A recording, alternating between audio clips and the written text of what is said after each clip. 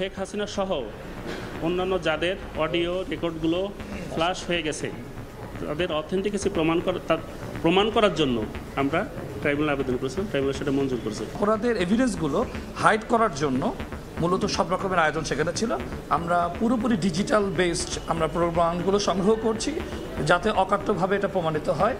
আসামি 25 জন। আবু সাইদের পরিবার আমাদের কাছে লিখিত অভিযোগ ওনারা দেবেন, এই প্রক্রিয়া চলছে, তো এটা দিলে আমরা যথাযথ ব্যবস্থা গ্রহণ করব। দেখছিলেন প্রধান শিরোনাম, দুপুরের সময় সঙ্গে আছি আমি জিন্নাত আরাজ অশোয়া। এবার অন্যান্য শীর্ষ সংবাদ।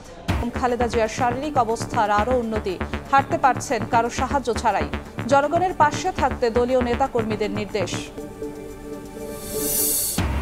শতাধিক পণ্যে ভ্যাট শুল্ক বাড়ায় ক্ষুব্ধ সাধারণ মানুষ। ব্যবসার খরচ বাড়লে বহন করতে হয় ভোক্তাকেই, বলছেন ব্যবসায়ী। করফাঁকি বন্ধ সহ পুনর্বিবেচনার পরামর্শ অর্থনীতিবিদের। দেশে এইচএমপি ভাইরাস শনাক্তের পর জনমনে উদ্বেগ। আতঙ্কিত না হয়ে সচেতনতার পরামর্শ স্বাস্থ্য বিশেষজ্ঞের।